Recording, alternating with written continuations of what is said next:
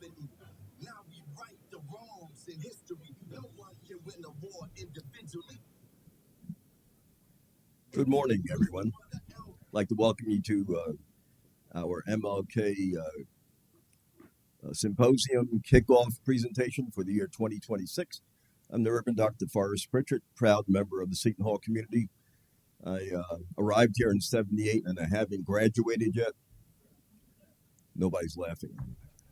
But I appreciate your prayers on that subject. But I'm very proud to be affiliated with the intellectual tradition of the Catholic tradition in social justice, as well as, my generation entered college in the 1960s, which will sound like ancient history to many of you, but it's the type of history that history books on American history cannot ignore for the passion, I think the commitment and the impact of our generation of students on the American ideology and the American landscape. I say that to set a challenge for your generation. We're into some very interesting times now in the 21st century. Digital formatting, digital relationships, media influence are having far more significant impact on your generation than any other. When I say generation, I'm now talking about those from probably 8 years old up to the age of 30.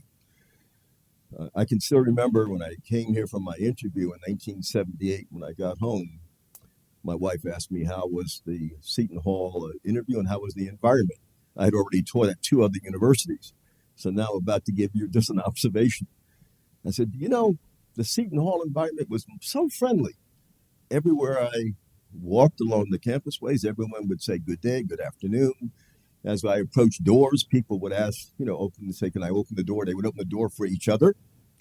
Let's fast forward now to the 21st century and the year, let's say 2526. Whereas we walk along the walkways of the university, 99.9% of the people have no eye contact with each other. They are fastly focused upon their media and relationships. Seldom does anyone say good day, good morning, good afternoon. Hello, sir, how are you today? No one is opening doors for each other. I only mention that my training is in the area of sociology. So we look at social groups, social processes. And I wonder where all of that, the impact of our advances in technology are taking us all at this point. And I also say this not just because as you are young and you look forward to finishing your careers at Seton Hall and going into the world, just think also within the next 15 to 20 years, most of you will achieve the, if you would, literally the epitome of achievement within your academic fields. But you also, within the next 15 to 20 years, have the potential to be parents. So I hope and I would pray that in the area of human relations and our interactions with one another, you will meditate upon those 3 words that I mentioned to you, so that indeed we become more impactful in our relationships with one another. So thank you for my opening comment. I'd like to mention, for those who may be unfamiliar with the MLK program at Seton Hall University was actually one of the first universities in the nation to be touched by Dr. King's legacy, and decided within 2 years of his assassination in April the 4th of 1968 to do something about that. And I might add that the role of student activism and encouragement had a lot to do with it. But in 1970, under the leadership of Reverend Dr. Fay at that point in time, the university started 2 significant elements in response to student interest. They started the first ever Black Studies Center at Seton Hall University in 1970, and they also started a large scholarship program named after Dr. King. That program, called now the MLK Leadership Program, really is about forming a community of servant leaders and having those leaders then be the models for other students. When that organization was formed, as I've asked other alumni who were here at the time, there were probably only a handful of clubs, 5 clubs on this campus, serving that would be called student clubs and organizations. Fast forwarded to the present moment, and I believe we have anywhere between 100 active to 200 registered types of organizations. So it's a lot of progress and also a lot of challenges in that context. I just hope that as a result of our interactions and our organizational developments, that we're actually moving closer together with one another and not further away. Or as we used to say, once we began to become, my generation, liberated in college, many of us entered college and we called ourselves Negroes in 1961. And by the time I received my bachelor's degrees, we were no longer using Negro, but as a part of our growing up and understanding the social, psychological dynamics of American culture, we were then referring to ourselves as Black, because we knew that some people, the concept of Black was the way in which inferiority could be used to penetrate our psyche and consciousness. But we had to take the term and the concept and the ideology surrounding Blackness and the anti-Blackness that we could see in American culture and turn it into something positive. So for those students who've never heard the expression, another type of social psychological movement began called Black is Beautiful.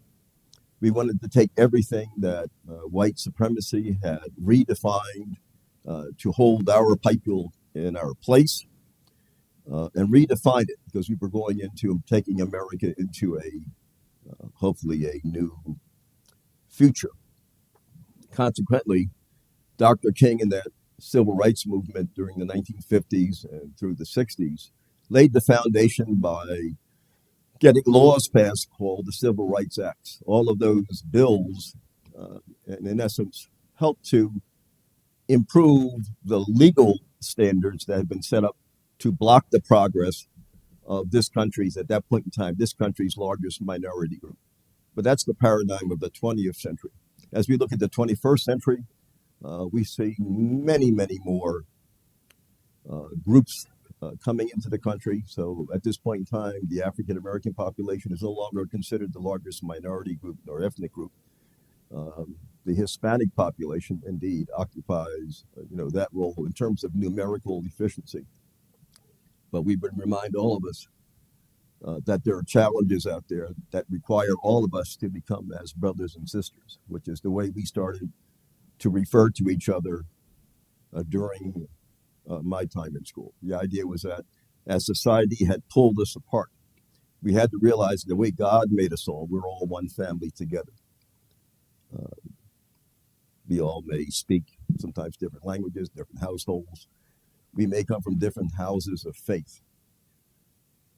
But indeed, in our essence of our spirit and souls, we are all brothers and sisters together. We'd like to thank the College of Arts and Sciences for their support of our efforts this year in the year 2026. We would like to thank the Martin Luther King State Commission, which sent a little grant our way this year because they appreciate and would like to partner with us as we go forward. We'd like to thank our new committee at the university called the Committee on Belonging, formerly called up until maybe January the 1st, our Committee on Diversity, Equity, and Inclusion, for their support. We'd like to thank the faculty who encouraged perhaps many of you to be here today.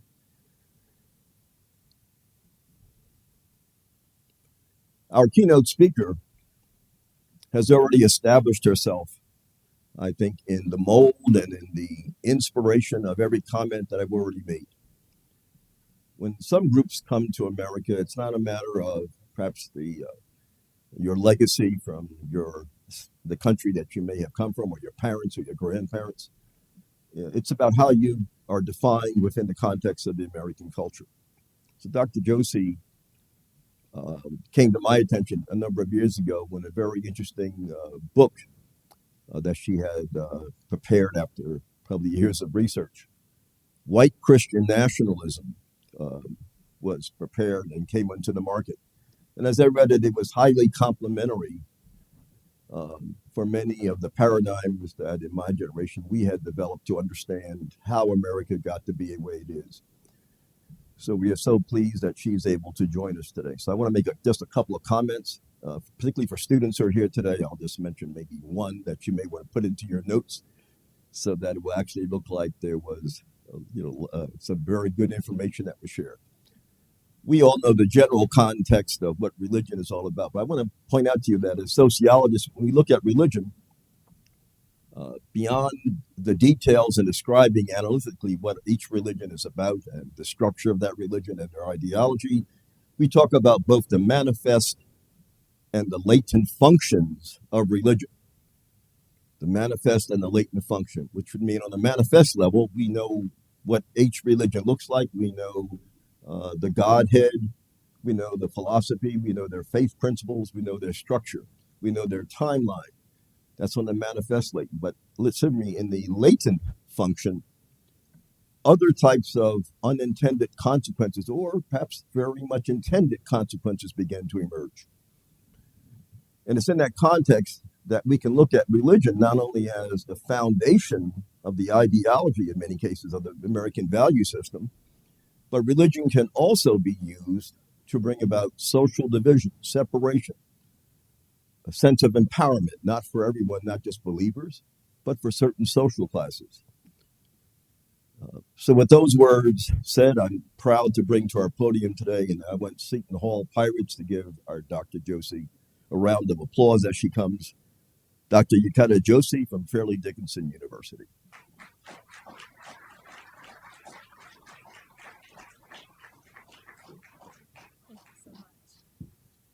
Good morning.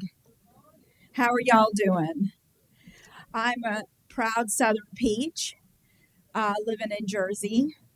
So you'll hear us sometimes when I especially talk about Atlanta or growing up, the Southern comes out. That's how I refer to it. I do think y'all is a great word. It's gender neutral. And then there's also all y'all, at which point my students are like, I keep telling them, it's gender neutral, use it. And they're like, no, we're Jersey. We're not using y'all, but it's a good term. I want to thank Reverend Pritchett and all at Seton Hall who made it possible for me to be here today. Does this come out of this? Yeah, okay, because I have a hard time standing still. I have a few slides. I'm just going to kind of use them as backdrop. I'm a professor in the School of Education at Fairleigh Dickinson University. I have been teaching social justice education, anti-bias education for over 25 years. It kind of like how Reverend Pritchett talked about being identified as Negro and then identifying as Black. And then we also get the term African American.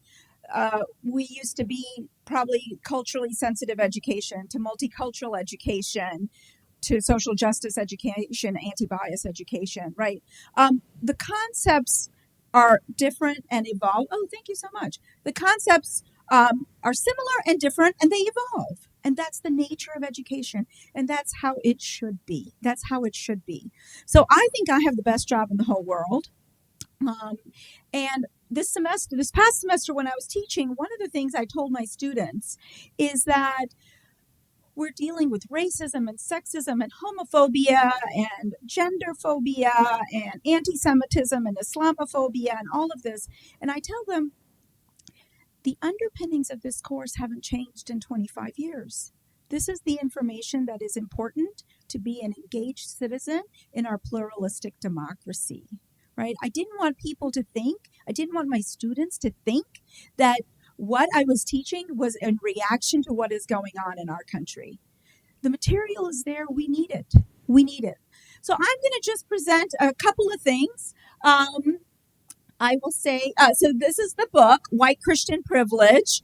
If any of you have talked about privilege or been in discussions about privilege or white privilege, you know that often people have this visceral reaction.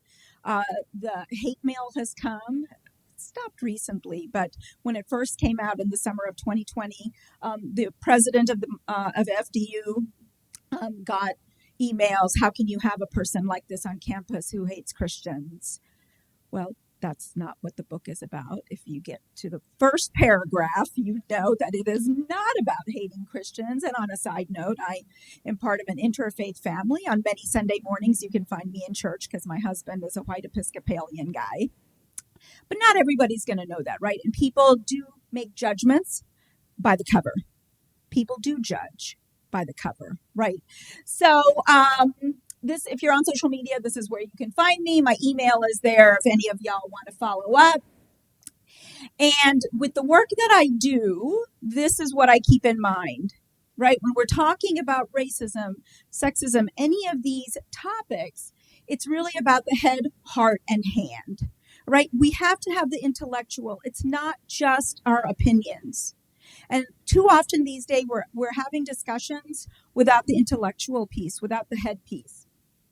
The heart is about the lived experience. So one's lived experience is a form of knowledge, right? It is a form of knowledge. Well, I said I teach in the School of Education. I'm telling my student teachers all the time, our students who come into the classroom as kindergartners, as first graders, as second graders, come in with knowledge. They come in with the lived experience, and we need to build off that, right? And the hand is about taking action. So this is what guides my teaching. This is what guides my writing. And this is what guides the few minutes I'm with you here today. So how I arrived at the intersection. My son actually took this picture in New Orleans. It is literally, the streets are race and religious. And he was 8 years old, and he was there with my husband. And he was like, Mama, I thought of you when I saw this. And he took the photo. I was like, oh, good. He's listening at home. He's listening. I grew up in Atlanta, Georgia. My parents and I immigrated to this country in 1971. I was 18 months old. One of the things my parents did, for which I will be grateful into my next 10 lives, is they sent me back home to India almost every year. So I am a fluent Gujarati speaker, and I'm very connected and attached to my family there. And for that, I'm just really, really grateful. But it was tough growing up in Atlanta, Georgia. I wasn't black. I wasn't white. People really didn't know what the heck to do with me. And then I was Hindu. So I was like, what is that? And, I think y'all will agree the geographic knowledge of most of us in the United States is pretty darn poor. In the 80s, people couldn't really even identify where India was. And the images of India were guided by what was published in National Geographic. So this kind of backwards, place with, huts and all that.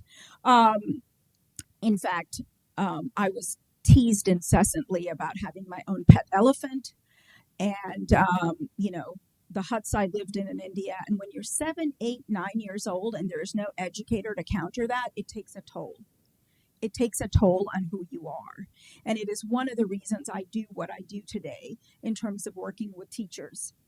But one of the things that happened was I realized over time there were sometimes I was being discriminated against. And then there were other times where it wasn't discrimination. I just didn't fit in. I didn't have the secret passwords to be able to have conversations and have the common experiences because of my background. So I was constantly on the margins. Y'all know adolescence is no piece of cake for almost everybody. And then you throw in being brown and you throw in being not Christian, and it takes it to another level. And I know many people here can understand what I'm saying, even regards to other identities, right? Even regards to other identities. So my goal with the book of White Christian Privilege was to give people the language to talk about these things, the language I didn't have. Because if we can name it, we can tame it, right? If you can name your experience and understand what's going on, it may still kind of suck, but at least then you can deal with it and you kind of know it's a thing. You know it's a thing, all right? So I'm going to talk a little bit history and a little bit present day. So we have to think about religion and our founding myths, and just one I'm going to go over. If everybody in the room, if you went to school in the United States, think back to first grade. For some, it's more recent than others. And one of the things we were all taught is that the United States was founded for religious freedom. Well, that's a half truth or a half lie, whichever way you want to see it, right? The Puritans came over searching for religious freedom for themselves. They were not in it for everybody. They were not in it for everybody. But that part's left out, right? That part's left out. And then that shapes how we see the United States from the get-go. And when I say the get-go, I mean from the time you're 6 years old, right? And that's a half truth. All right, it's a half truth. Another one is the phrase separation of church and state. I'm always polling my students, like, where is the phrase separation of church and state found in our founding documents? And usually they'll say the Declaration. And I'm like, no, it's not in any of our founding documents. It comes from a letter Thomas Jefferson wrote in 1802 to the Danbury Church congregation in Danbury, Connecticut, because they were worried that we were going to have a state religion, or we weren't going to have a state religion, and what was going to happen. So he used that phrase in that letter, and then it was lost in history until 1947, when we started having cases around religion in public schools. And then one of our justices picked it up in a decision, and then it gained traction. All right. So this separation of church and state is constantly thrown out there. And I'm just like, oh, sometimes if I'm in a social gathering, I'm like, oh, do I go into professor mode or do I just not? Right. It's a decision I know the professors in this room can understand. Right. So the thing is that one of the reasons we have no state religion is actually what I think of as a very middle school concept. If it can't be my religion, it ain't going to be yours. All right? It's a little simplified, but it gets the essence across of the kind of mutual assurance pact that scholars talk about. All right? So that's a little bit of the way we need to think about religion. Now, I just want to give you a quick way to think about Christian privilege and Christian normativity. And I'm going to make the parallel to racism, right? And racism, to be clear, is a different concept from race, right? Race and racism connected, but two separate concepts. So racism is, you can think about up and down arrows, all right? Advantages and disadvantages. The advantages are what we talk about in terms of white privilege. And let me say, white privilege is a product of systemic racism. It is not about anything the individual did. For those who are white in the room, you have it because of the way you were born and the way race got constructed in America. All right?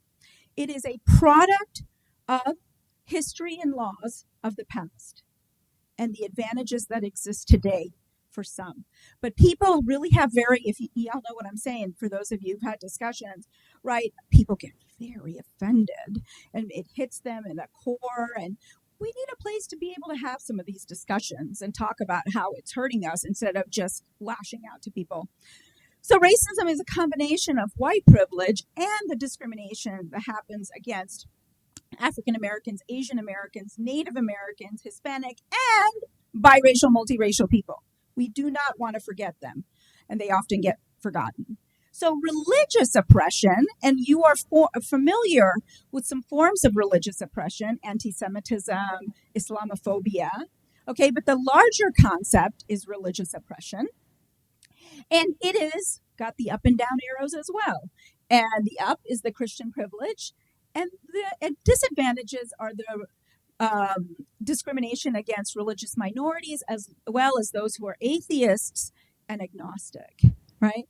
Okay, so just to kind of give you an overview real quick of the concepts. And then if I was with y'all for a much longer time, we would spend time on talking about Christian hegemony, which is really what we see at the institutional level, Christian normativity at our kind of societal level, everyday level, where Christianity is just part of everyday life. And it's so part of everyday life that you don't even see it as Christian. It's seen as American, or it's just seen as the way we do things. Okay. And then at the individual level, you have Christian privilege. Now, you can be Black and have Christian privilege. You can be Asian and have Christian privilege if you're a Christian, right? And then there's white Christian supremacy. So Christian privilege does not affect all Christians the same way because of the presence of race. All right? Because of the presence of race. So we kind of always have to take that into account. Race is part of everyday life all the time. All the time. All right? So, whiteness and Christianity are built into the edifice of American history, law, and life. And I'm going to give you one example of what this means. All right? So we're going to go back to 1790 on who can be an American and think about that. In 1790, one of the very first laws passed by Congress was the Naturalization Act of 1790 that said you had to be a free white man to be a citizen of this country. Okay?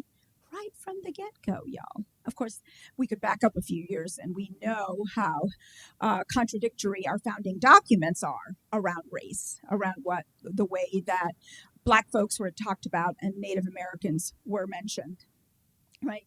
So there's always been a question on who was white and what does white mean. This was amended in 1795 to add free white men of good moral character. Okay, of good moral character. See, what we see throughout history is a lot of laws that dance around religion. All right, when we're talking about whiteness, we must consider the role of religion in the construction of whiteness. We must consider the role of Christianity in the construction of whiteness. We must consider the role of Protestant Christianity in the construction of whiteness. Okay, and what has unfortunately happened is that religion, because we have the First Amendment with freedom of religion, and because of the myths that we were taught, we focus on race, we focus on whiteness, and religion and Christianity gets kind of passed off. Like I said, it's just kind of normalized. It's kind of the American way of doing things. And we have to see it for what it is. So when we're talking about white Christian privilege, I'm not making a theological argument. It is a legal and structural argument about seeing what is there, and what's been there. All right. So only free white men of good moral character could be citizens. This then things changed after the Civil War with the 14th Amendment and a Citizenship Act where people of African ancestry got the right to citizenship.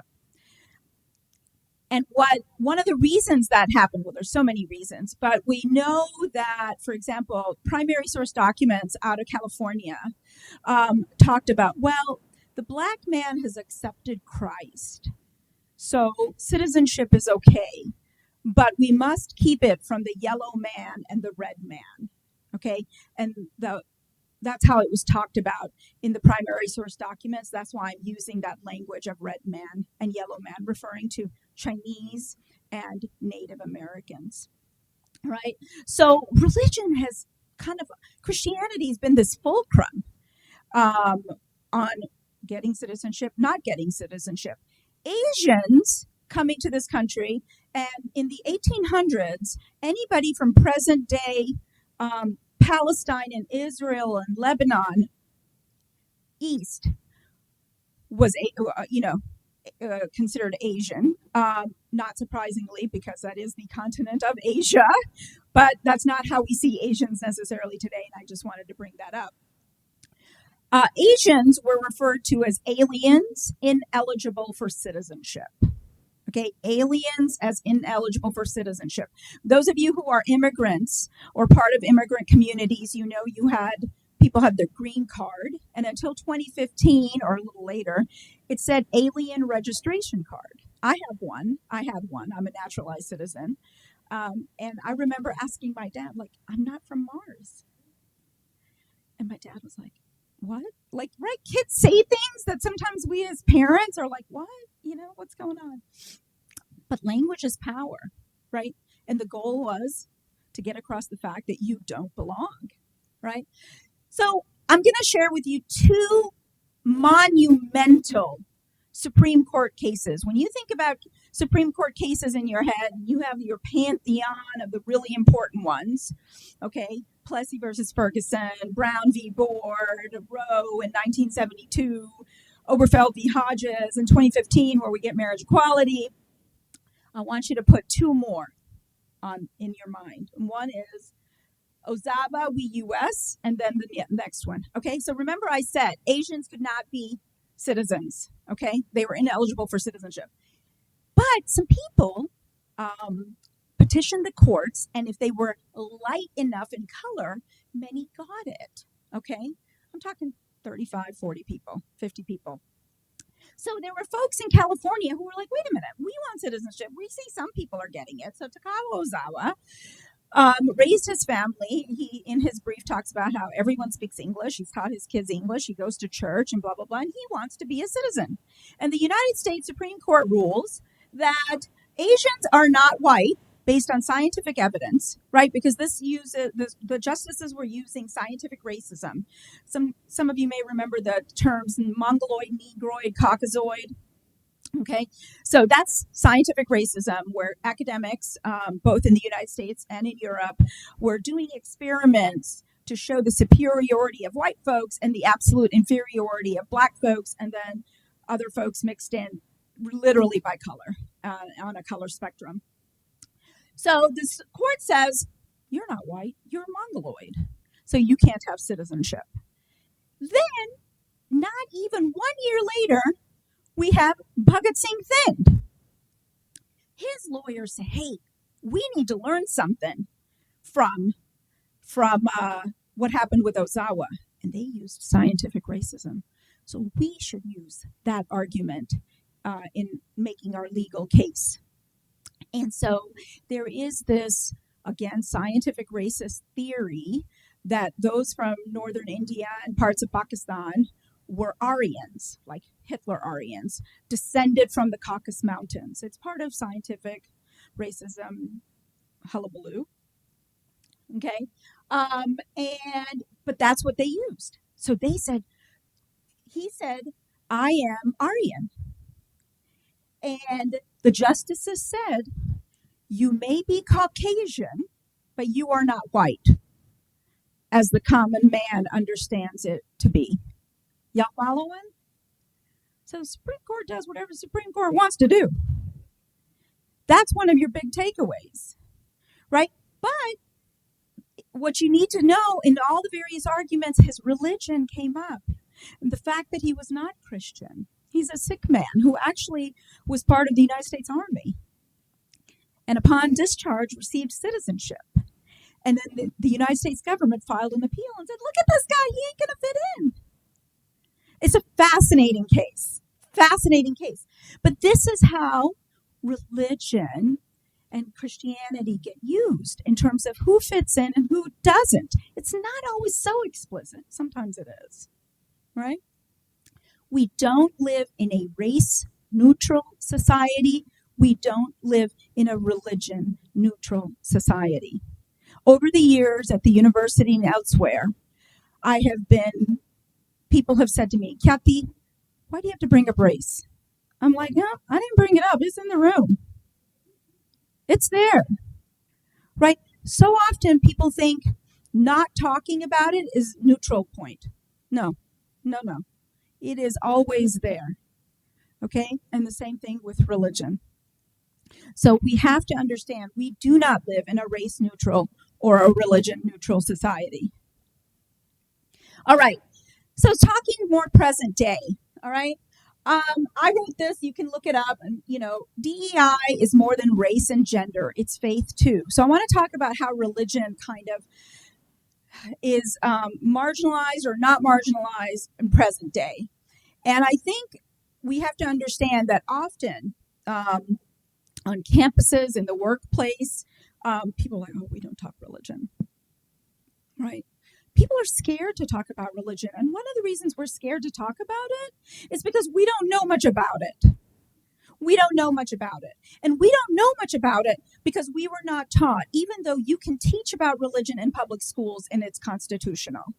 Because frankly, I don't understand how you understand history if we don't understand religion. And of course, that's why most of us don't understand history and don't have an understanding of world history. You cannot understand what's going on in the Middle East if you don't understand religion. You cannot understand the hostilities between Pakistan and India if you don't understand religion. And so we're kind of in many pickles in our country today. But one of the reasons why we are not taught is that there were a couple of court cases that I mentioned earlier in terms of public school and religion. We used to have in what are our public schools prayers said, read from the Book of Common Prayer, and people said, hey, this is not okay. And so in a few cases, culminating in 1963 with Abington v. Shemp,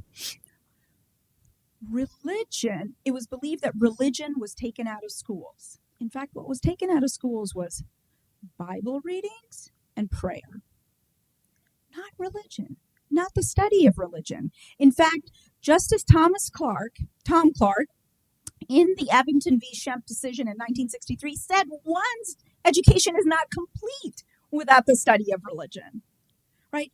But from then on, he was kind of like, oh, the government's taken religion out of schools and we can't talk about it.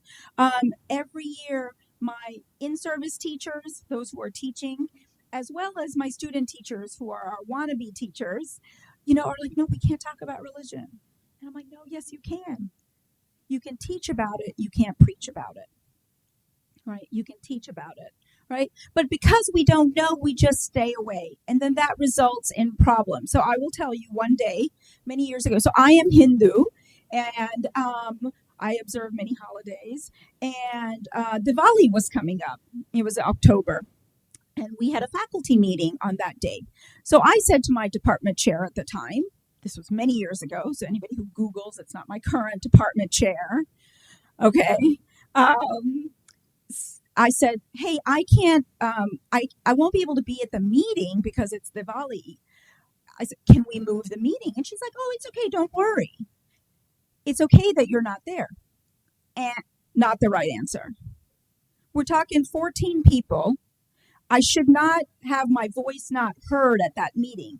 The correct answer was just to move the meeting. But then all of a sudden it seems like it's a big deal to do that. Really? Why? It takes a little more effort. There are other religious holidays where we would never schedule faculty meetings and such. So I've been part of this faculty for 15 years at this point. And why are you telling me that you just can't move the meeting? Okay. And so that's often what happens. And I will say in many DEI spaces, religion is not received well.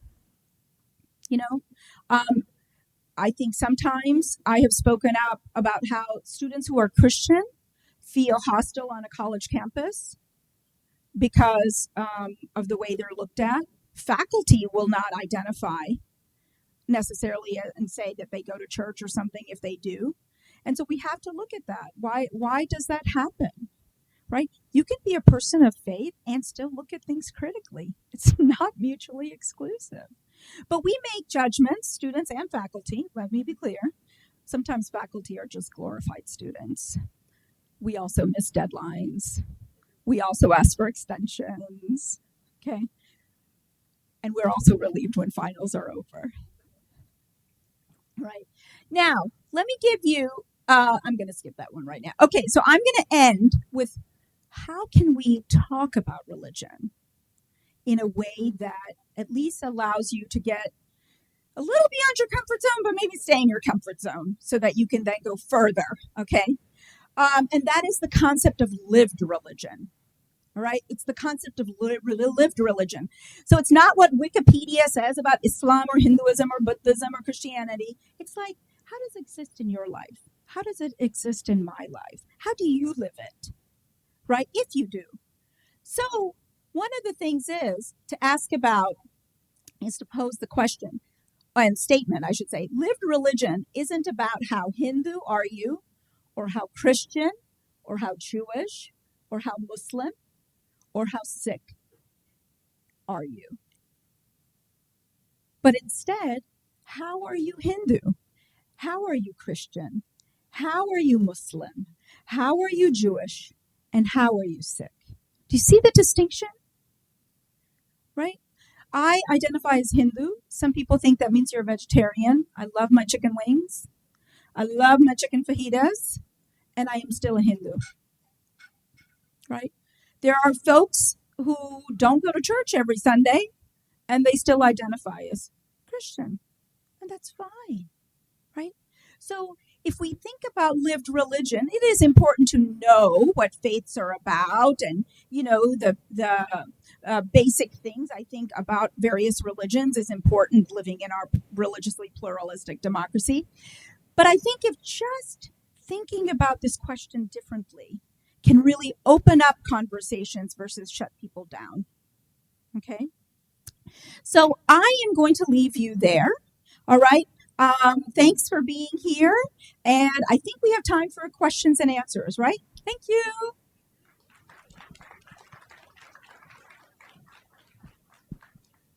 I'll hold on to this.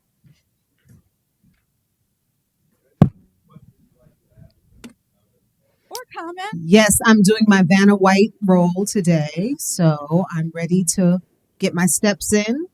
So if anyone has a question, please just raise your hand and I will come on over. All right, here we go, getting them steps in. All right. Steps are good for you. Thank you, Khyati. To what extent do you think the DEI blind spot for religion might affect our current polarization as a nation, which is largely divided, I think, between South and Midwest and coastal regions that have different approaches to lived religion? Wow, I think you have like 5 questions there in one. So first, let me say that we can talk about white Christian privilege, normativity, all of that. I think of that as the cake. Okay, that is the foundation of our country. All right, and then there's white Christian nationalism. Okay, and I would say perhaps you could think of it as the icing on the cake, but I would argue not in a good way if you like icing. Right, but just I use that metaphor because this stuff has been around. It is about how it's being weaponized. It pains me. I'm not Christian, but I'm part of the Episcopal community, and it pains me the way that Christianity is weaponized in this country. Islam gets weaponized in other countries. Hinduism gets weaponized in India for sure. So it is something we have to work on.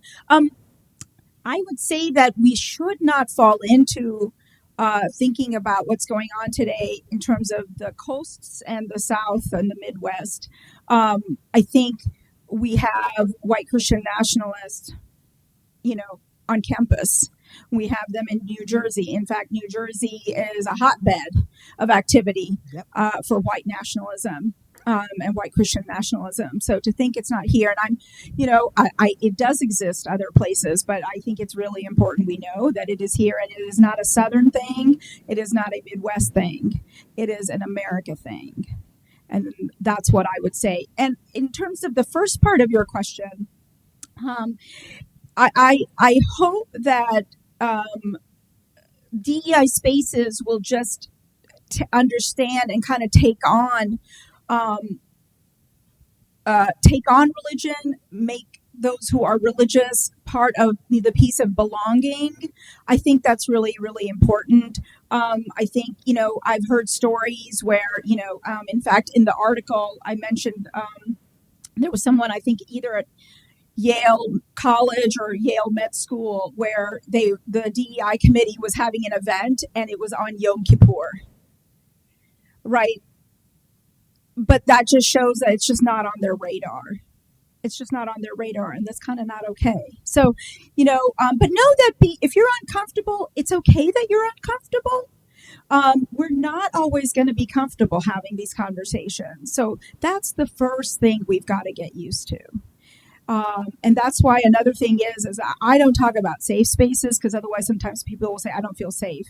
We talk about brave spaces where you might feel a little uncomfortable. It's not my goal, but it's kind of part of the conversation.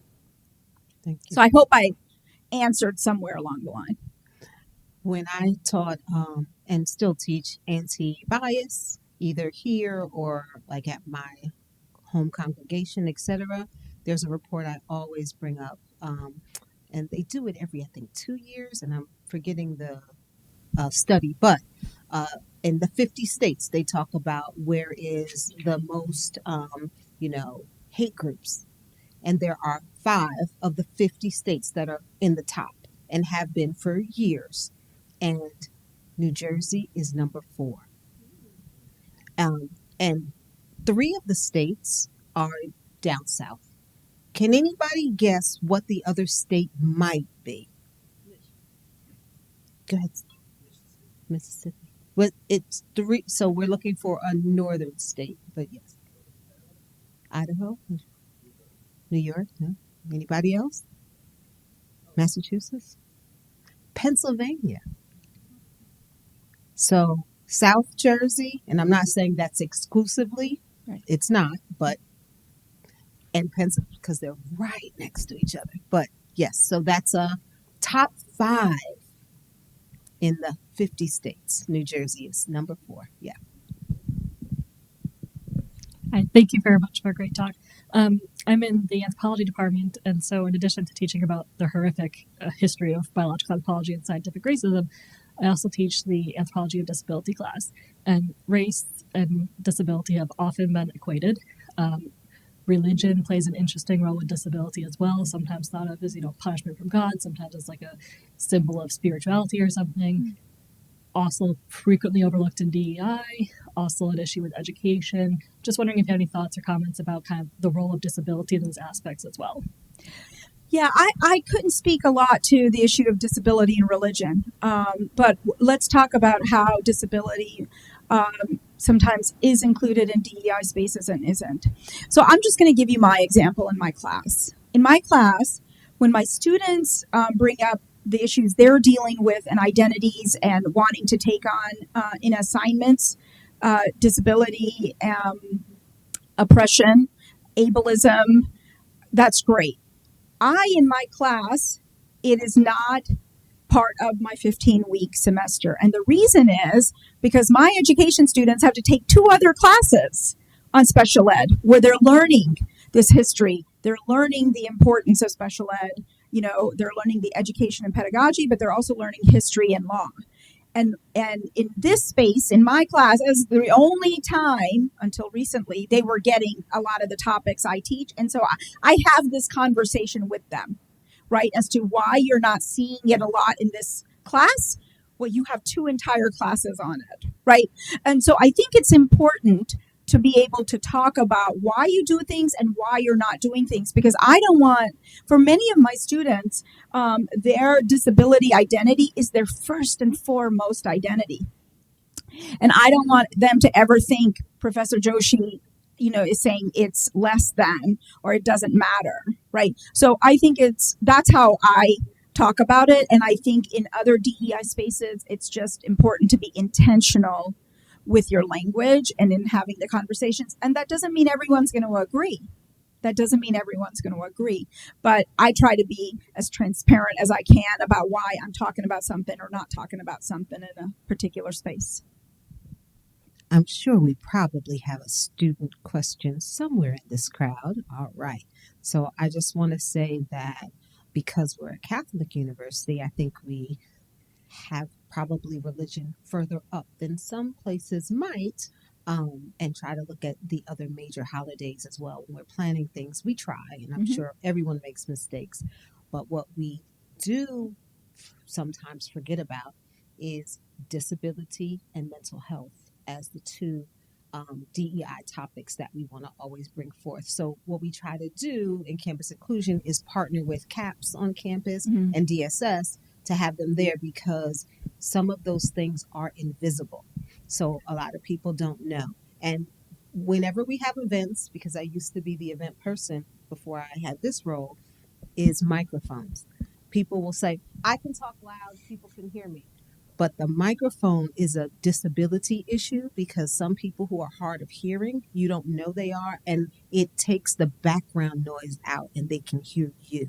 So whenever we're having events, I always make sure that there's a couple of microphones in the room for people to use. But to your point, it's like something you don't see, and don't think about as much, but it's really important because who wants to not hear half the conversation? First of all, thank you both for sharing. This has been really informative on both ends.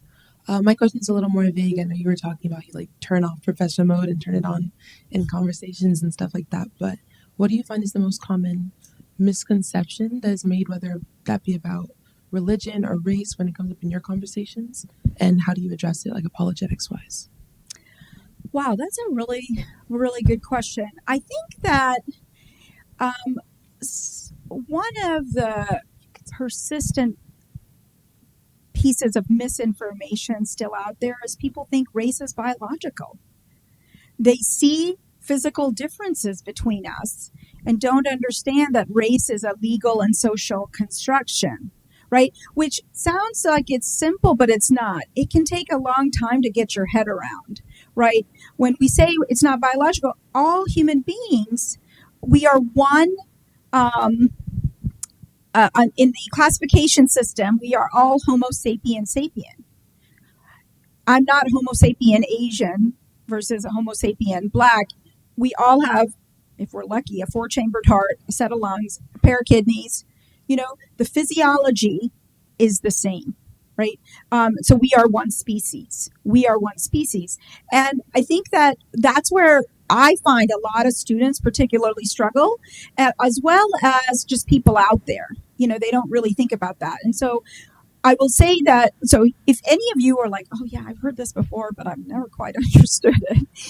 Think of our census, the United States Census, okay, which is taken every 10 years. The terminology has changed every 10 years because race is a social and legal construction. Okay, if my family had been here in the 1920s, I would have been classified as Hindu, Hindoo. That was the racial term used for anybody from present-day South Asia. It had nothing to do with religion. That was the racial term. If my family had been here in the 1950s, I was other. I became Asian in 1980 when India was included as Asian. And y'all are like, what? India's always been part of the Asian continent. Yes, it has. Again, race is a social construction. We decide these categories and we decide who gets identified and who doesn't. Okay, so that's just one way to think about it. I think the other thing I would say to answer your question is that I can't tell you the number of times I'm just not seen as a woman of color.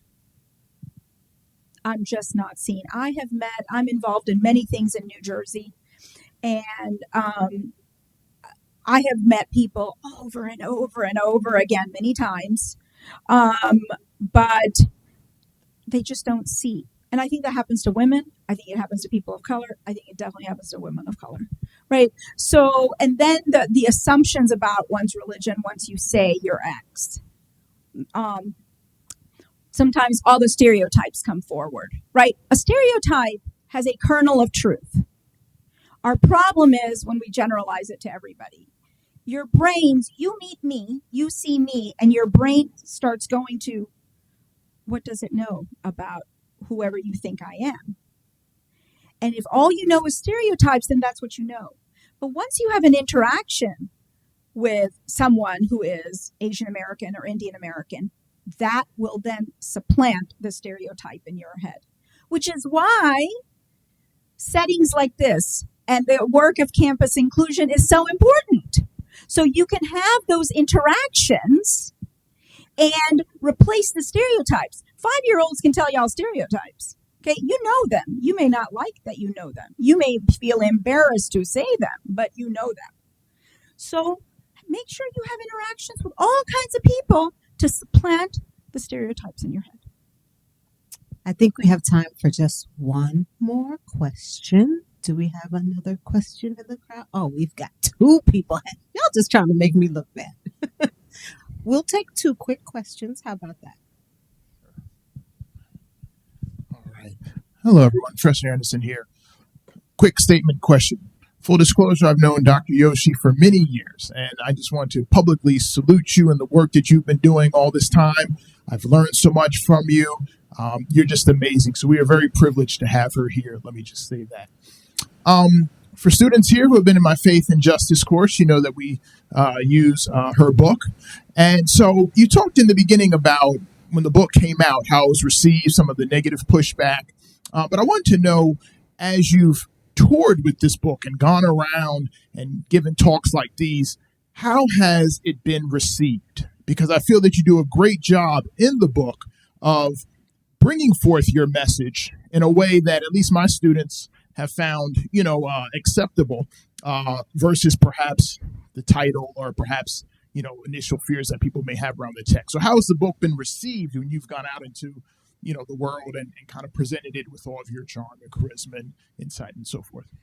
Thank you, Professor Anderson. It's so good to see you too. I haven't seen you in so long, and I look forward to catching up after the talk.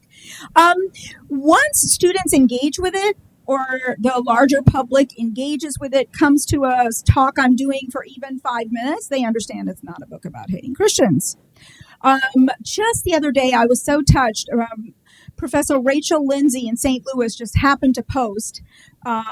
It was actually on January 6th, and she talked about how much her students have gotten from the book because of language, and that it has provided her Christian students to talk about, it's provided them some terminology and concepts to think about, and it has provided different students who identify as Muslim or Hindu to talk about their experiences, right? And that was my goal.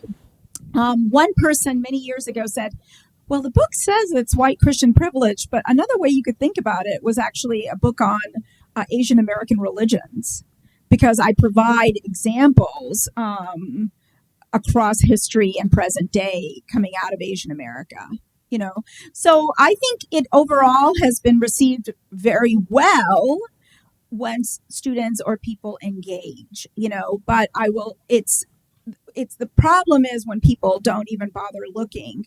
I was working with a school district, as I do in New Jersey. Over the last 15 years, I've worked with so many school districts. And one of the school districts, the superintendent was determined to have me work with the teachers, but she kept facing hostility from a couple of parents.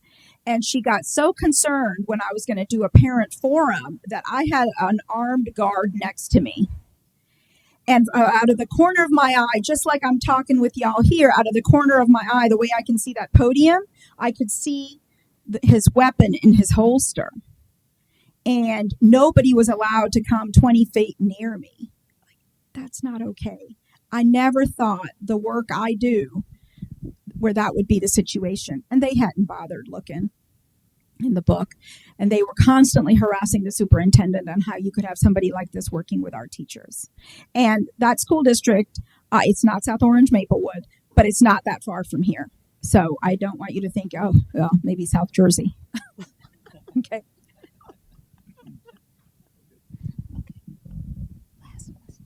Hi, thank you. And it's an awesome talk. Really appreciate everything you had to say. And I guess I would sort of characterize it as talking about the problem space. Like clearly the things that you addressed are problematic and aren't good. My question is, how much of that do we have to talk about before we start talking about the solution space, which to me is love and thinking well, thinking our best, which comes from Bernard Lonergan and his cognitive theory. So I guess I appreciate everything you said, and it's part of what Lonergan would call the social surd, the sinfulness, this is not good. But how do we get to the solution space, which to me is love and thinking well? Yes, thank you. And I think that's a perfect way to end this morning. If you're working for justice, if your goal is justice and love, you can't do that if you can't see the injustice. We've got to see the injustice in order to truly work for justice and love. And if you don't know my history, if you don't know what has happened in the United States that has shaped, let's just say one-on-one, my history, how much can you really help me work for justice? Right? So I know that there's always wanting to get to that piece, but we can't effectively get there. And it's really one of the reasons we're in the pickle that we're in today, is we haven't fully dealt with our history. We haven't fully taught our history, right? Someone who works with teachers, I know how much of the Amistad curriculum is not used. I know the Asian American history my teachers don't know. If they don't know it, they can't teach it. Right. And so I think I would say that space is important, but we have to do this work first. And until the day I die and into my next lifetime, I will say that doing this work is one of the most patriotic things I can do. Because we see the real history, and that helps us fight for real change. And I will say that this year in particular, with our 250th birthday, we need to celebrate it in the way that we believe this country should exist as a religiously, racially pluralistic nation, right? So I hope that everyone is involved in different ways of celebrating America's 250th birthday. Don't let somebody else define it for you. You make it yours. That's really, really important. Americans come in all different shapes, sizes, and colors. They are not defined one way. And as a naturalized citizen, I'm very proud to have U.S. citizenship. But it also, these days, is not easy, right? So we've got to see what happened to Thind and Ozawa in order to make real change today. Thanks.